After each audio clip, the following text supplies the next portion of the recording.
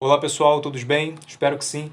Eu sou Vitor Fernandes e estou aqui hoje no Núcleo Estudantil Ágora para falar com vocês sobre bruxas e bruxos na Baixa Idade Média, beleza? Primeiro, antes da gente começar, é importante eu falar para vocês que tudo que a gente vai falar aqui hoje se passa entre o século XI e o século XV. Não vai para o século XVI nem o século XVII. Por quê? Porque a gente vai ver hoje a construção, né, que aconteceu, a construção da imagem de adoradores do diabo, de bruxas e bruxos, que aconteceu nesse tempo, da Idade Média Central e da Baixa Idade Média, que vai acarretar naquela perseguição do século XVI, século XVII com as bruxas, que é aquela perseguição que a gente vê no cinema mesmo, beleza? Então, por isso que eu botei aqui, né, Baixa Idade Média. Vamos lá, vamos começar, né? Bom, primeiramente, o nosso contexto medieval. Bom, qual era o nosso contexto medieval? O que estava acontecendo? Como era essa Baixa Idade Média, né? É válido a gente falar que a galera vivia num mundo de medos. O que é um mundo de medos? Como assim? As pessoas tinham medos de pagar impostos, medo do diabo, medo de Deus, medo de doença, medo de morrer, que também é o medo do inferno, que também é medo de demônios, que também é medo do diabo. Por aí vai, né? A gente tem também a crença ferrenha, tão conhecida, que a gente já sabe, né? No Deus cristão, né? E no diabo, né? Você acredita em Deus cristão, você acredita no diabo. Pelo menos no catolicismo, que era a religião principal que a gente tinha na época. E a gente tem um maniqueísmo muito forte, que seria a questão de você sempre ter que ter o bem e o mal, uma figura boa e uma figura ruim. Assim como a gente tem no catolicismo, né? Deus e o diabo. A gente tem uma influência muito grande, a igreja podendo influenciar tudo de forma muito poderosa, né? Um poder muito grande no clero, mas também é bom a gente lembrar que a gente tem um Estado que era tão perseguidor quanto a própria igreja. E a gente tem essa necessidade de bodes expiatórios. Como assim? Esse é o grande ponto, nosso grande ponto aqui. Por quê? Porque a gente foi se criando uma necessidade durante a Idade Média de existir um mal, desse maniqueísmo acontecer. E esses bodes expiatórios, as bruxas, os bruxos, seriam a forma que o diabo estava agindo na humanidade, trazendo pessoas para o lado mal, né?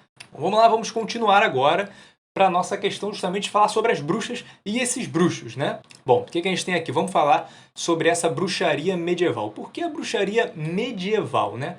Qual seria a grande diferença? Bom, primeiramente, a bruxaria medieval era uma mistura de vários aspectos que vêm desde a antiguidade, né? Esses aspectos são crenças, são entidades, são rituais, né? Que foram convertidos, satanizados, que a gente vai falar sobre isso daqui a pouco, e transformados nessa bruxaria medieval, essa bruxaria de adoração ao diabo, né? Você adorar o que não era Deus, era você adorar o diabo, né? Bom, a gente tem aqui um fator muito importante, o sexo. Os acordos, os pactos com o diabo eram selados com o sexo. Isso era equivalente ao batismo cristão, né? Bom, então a gente tem o sexo, essa figura do sexo. Como assim? Por quê? Para você selar um pacto com o diabo, você fazia sexo com o diabo. Você bruxo, você bruxa, você fazia sexo com o diabo ou com um demônio. Porém, a gente tem na figura do sexo algo muito importante dentro da Idade Média, muito importante dentro desse escopo de bruxas e bruxos. É o medo. Lembra que a Idade Média, as pessoas estavam com medo o tempo todo? O sexo era um medo. O sexo era um pecado no qual você estava sendo tentado a sua vida inteira, porque você quer, né? É normal do ser humano você querer isso.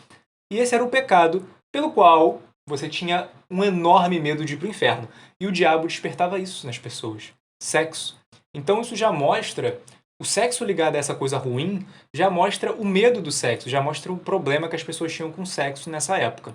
E aí a gente vem aqui para o próximo tópico, praticado mais frequentemente por mulheres. Então, dentro dessa bruxaria folclórica da Idade Média, criada por X, Y e Z, as mulheres eram mais acusadas que os homens. Por quê? Porque mulheres seriam mais facilmente atraídas para a garra do diabo, mulheres seriam o escopo da própria sedução, que levariam os homens para o caminho ruim. E aí a gente tem um exemplo dessa questão das mulheres, né, que é o Maleus Maleficarum, né, que seria o martelo das bruxas. Bom, vamos lá.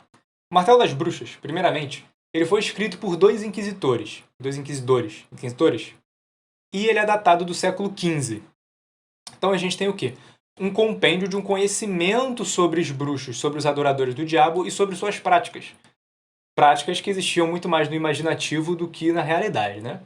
Declarava que qualquer pessoa que não acreditasse na existência dos bruxos era culpado de heresia. Os bruxos eram hereges, quem não acreditava neles, hereges também. E a gente tem aqui o exemplo das mulheres.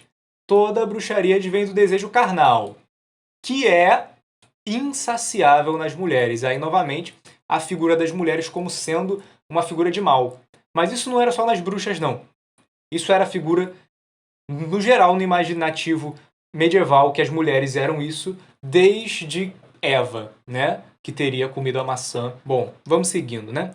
Aí a gente tem a questão da satanização. Primeiro, da onde a gente tira essa questão de satanização? A magia, a prática ritualística e a bruxaria que realmente existiram magia era uma coisa, prática ritualística era outra coisa, bruxaria uma outra coisa, bruxaria natural, de conhecer planta, de conhecer medicina alternativa, esse tipo de coisa.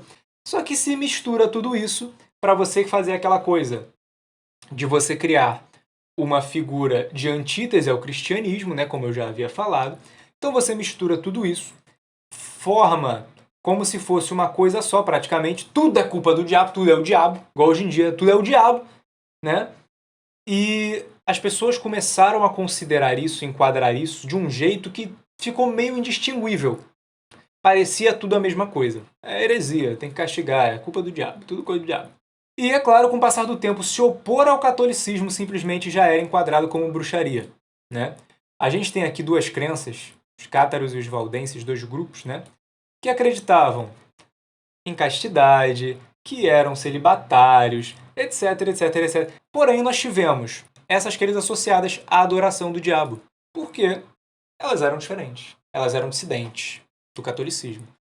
E você tem que ter o bem e você tem que ter o mal, irmão.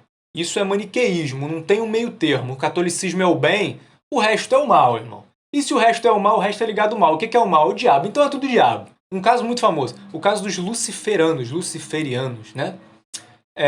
Que teria sido um grupo de adoradores ao diabo, etc, etc, etc, que foi caçado e morto. Tudo bem? Adoradores de Lúcifer. A crença dos cátaros dizia que tudo de bom advém da luz. Portador da luz, Lúcifer.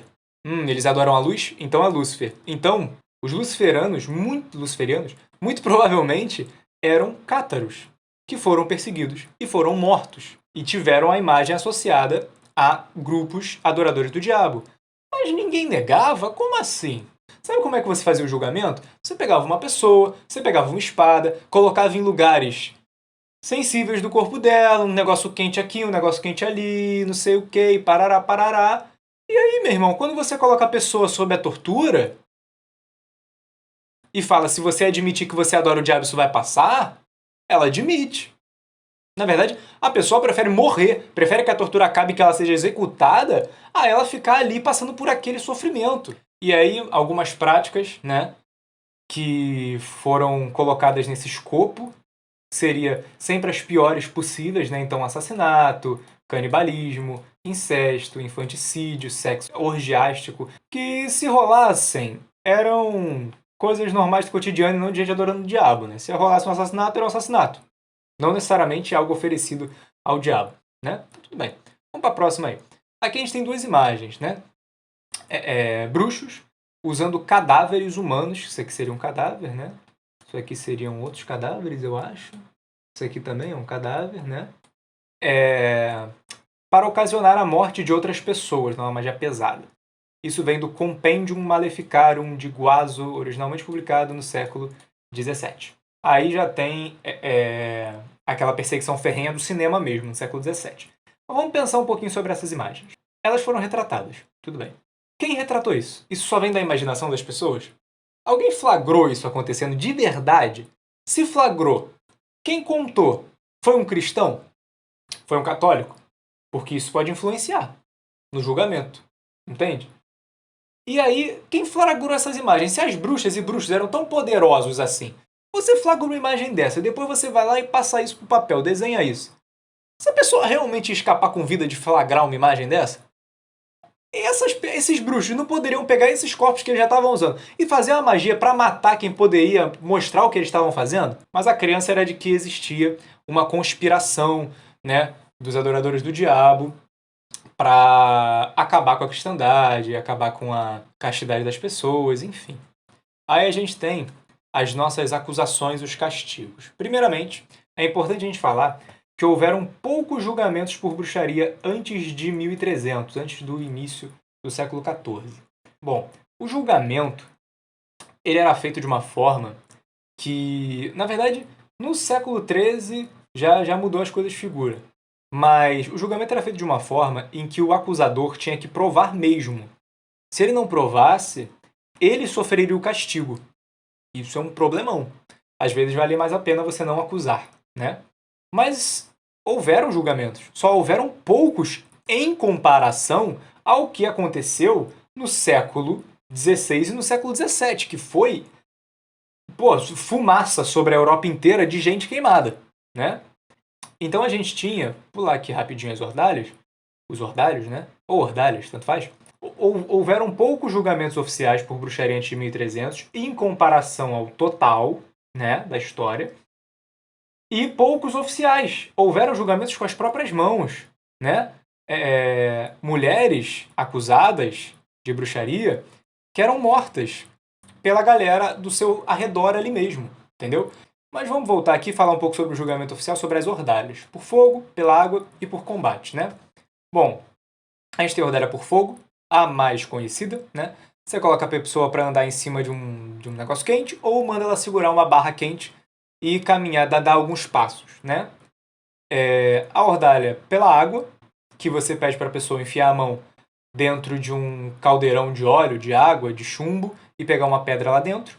A da água também tem a ordalha de você colocar a pessoa num lago, num caldeirão, num tanque, e se ela flutuar, é porque ela é culpada, porque a água é pura e rejeita o que não é puro, e se ela afundar, ela é inocente.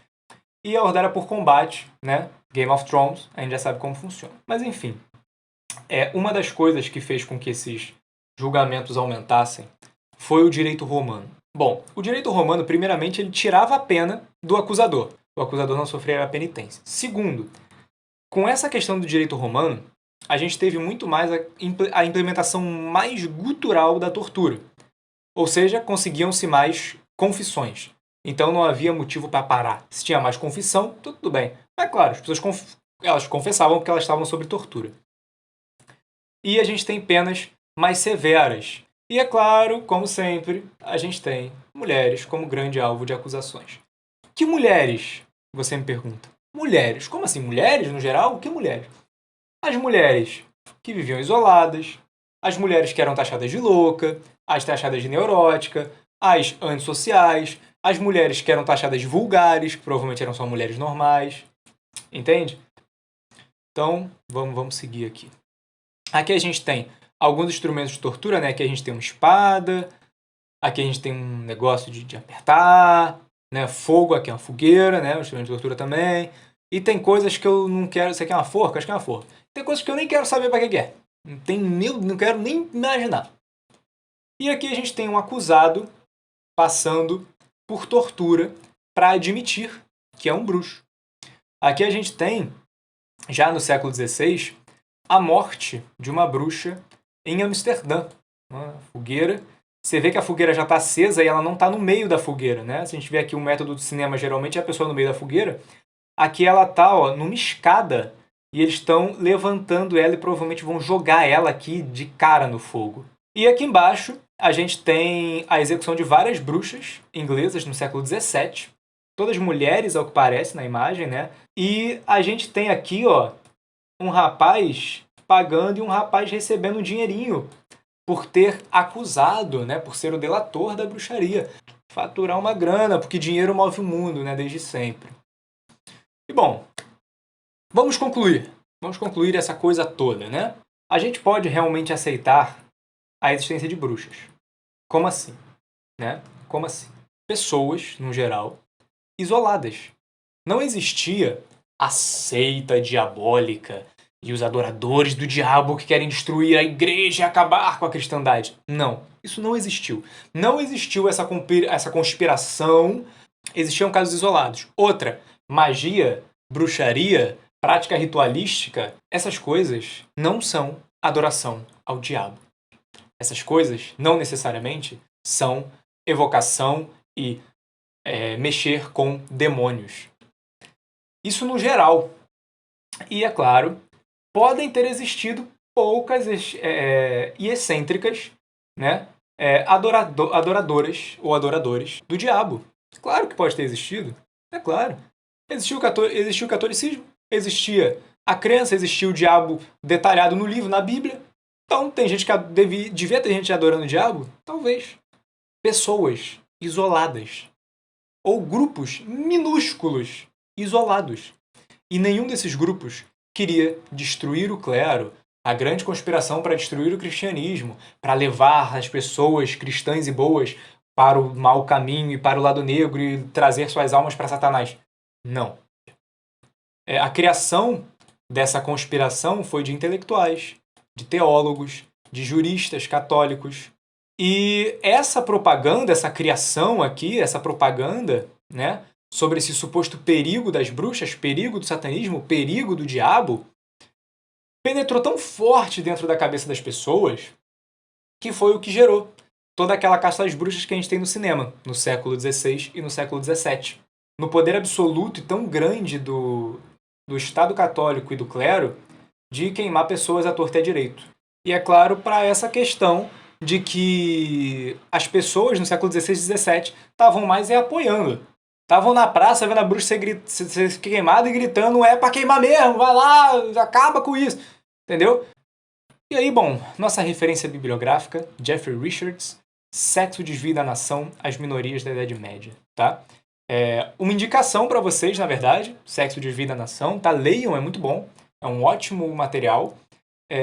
E o meu agradecimento à professora Fernanda Matos, que passou esse livro, né, pra gente ler quando ela lecionou a matéria para minha turma de Idade Média Ocidental. Muito obrigado. E, bom, pessoal, fica a indicação de livro, fica aí esse nosso vídeo.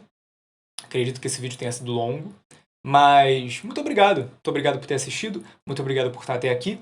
E, bom, é isso aí. Estamos aqui no Ágora, tá? Fica ligado que vai rolar aí mais coisa. Tá tendo agora resenha, é texto, é vídeo, é live, não sei o que, parará, parará.